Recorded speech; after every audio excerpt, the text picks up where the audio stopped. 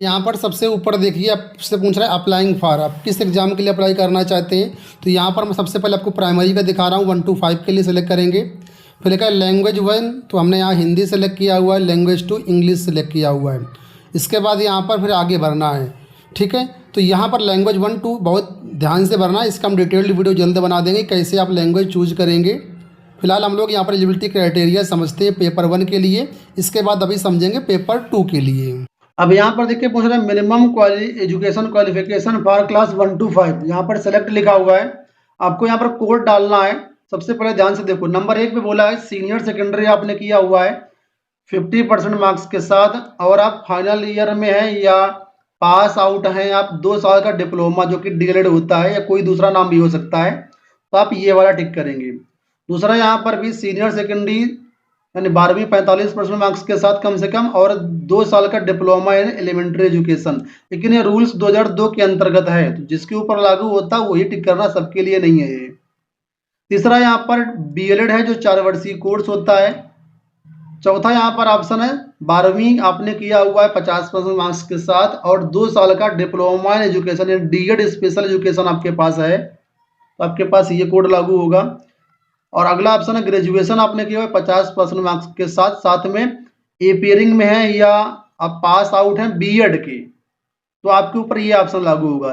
लेकिन आप लोग जानते हो सुप्रीम कोर्ट के अनुसार बीएड अब प्राइमरी में एलिजिबल ही नहीं रह गया है, तो यहाँ पर तो दिखा रहा है, लेकिन ये आपके ऊपर लागू नहीं होगा जो बीएड वाले छात्र हैं, क्योंकि ऑलरेडी बीएड बार हो चुका है।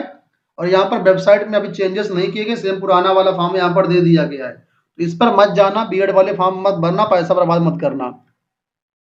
छठा ऑप्शन है यहाँ पर पीजी 55% मार्क्स के साथ, और आपने बीएड एमएड जो इंटीग्रेटेड कोर्स होता है वो किया हुआ है, तो छठा ऑप्शन आपके ऊपर लागू होगा। तो यहाँ पर क्वेश्चन ये है कि बीएड वाले क्या करें, बीएड वाले के ऊपर ये एलिजिबल ही नहीं है, बीएड वाले पेपर 1 का फॉर्म भर नहीं सकते हैं। दूसरी बात, जो डीएड छात्र हैं यूपी के, वो कौन सा ऑप्शन भरेंगे, तो डीएड वाले जो छात्र हैं वो पहला वाला ऑप्शन भरेंगे यहाँ पर, ठीक है, यही उनके ऊपर लागू होगा, बाकी कोई भी ऑप्शन लागू नहीं होता। अगर यहाँ पर ग्रेजुएशन प्लस डीएड का ऑप्शन होता तो वो आपके लिए सुटेबल था, क्योंकि वो ऑप्शन ही नहीं दिया गया है, इस वजह से आपके लिए जो सुटेबल ऑप्शन है वो पहला वाला है, ठीक है, ध्यान से। तो डीएड वाले छात्र यहाँ पर कोड 1 भर देंगे, इस तरीके से, समझ गए, बाकी जैसा मैंने बताया वैसा। अब यहाँ पर क्वालिफाइंग एग्जाम बोल रहा है, तो आपने क्या किया हुआ है, डिप्लोमा लिया हुआ है कि डिग्री लिया हुआ है, तो डीएड वाले छात्र यहाँ पर डिप्लोमा पे टिक करेंगे, और बाकी जो छात्र मैंने बताया, तो अगर आपकी डिग्री है तो डिग्री पे टिक करोगे, डिप्लोमा तो डिप्लोमा पे टिक करोगे। अब मैं पेपर 2 का बता देता हूँ। तो पेपर 2 के लिए यहाँ पर देखो, जूनियर लेवल के लिए लैंग्वेज 1 हिंदी, लैंग्वेज 2 इंग्लिश, और यहाँ पर क्वालिफिकेशन में आप इसी तरीके से आ जाएंगे। एक बार समझ लेते हैं पेपर 2 के लिए क्वालिफिकेशन।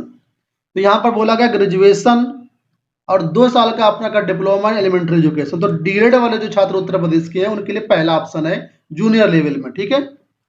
दूसरा, यहाँ बोला गया ग्रेजुएशन आपने किया हुआ है 50% मार्क्स के साथ, ठीक है, या फिर आपने पोस्ट ग्रेजुएशन में 50% मार्क्स लाए हुए हैं, ग्रेजुएशन में जिसके नहीं है 50% मार्क्स, अगर आपके पीजी में है तो भी आप इसके लिए यही ऑप्शन टिक करेंगे। और बीएड आपने किया हुआ है, बीएड पास्ड है या अपियरिंग है, तो आपके पास यही ऑप्शन रहेगा बीएड वालों के लिए।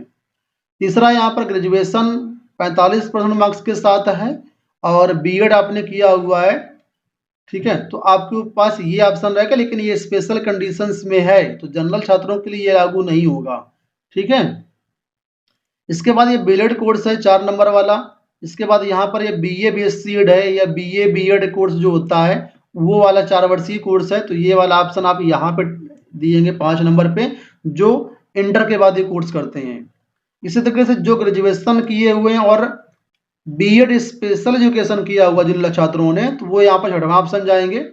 और ऐसे छात्र any candidate having qualified BEd recognised by NCTE is eligible to TET CTET.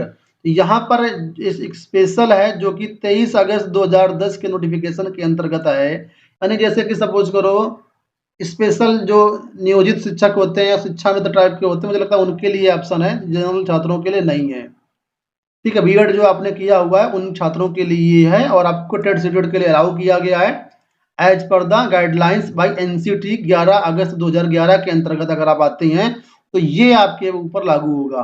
और लास्ट छठवां आठवां ऑप्शन है पीजी आपने 55% मार्क्स के साथ किया हुआ और बीएड एमएड कोर्स किया हुआ तो आपके ऊपर ये ऑप्शन लागू होगा। एलिजिबिलिटी मैं बहुत डिटेल से समझा दिया है, एक बार फिर से देख लो। डीएड वाले छात्र कोड 1 सेलेक्ट करेंगे और बीएड वाले यहाँ पर 2 सेलेक्ट करेंगे। तो सपोज अगर आप डीएड है तो 1 डाल देना यहाँ पर, और बीएड है आप तो 2 डाल देना इस तरीके से। अब सब्जेक्ट ऑफर्ड, जूनियर लेवल में सब्जेक्ट होते हैं, अगर आप साइंस है तो मैथमेटिक्स एंड साइंस डालना, अगर आप आर्ट साइड से हैं तो सोशल साइंस यहाँ पर डालना, जो भी आपके ऊपर लागू होता है। अब अगर आपने यहाँ पर बीएड सेलेक्ट किया हुआ है 2 नंबर पे, ठीक है, तो यहाँ पर आप डिग्री सेलेक्ट करेंगे। अगर आपने डिप्लोमा सेलेक्ट किया हुआ तो आप यहाँ पर ये वाला डिप्लोमा सेलेक्ट करेंगे। जैसा भी आपके ऊपर लागू होता है उस हिसाब से आपको करना है। चलिए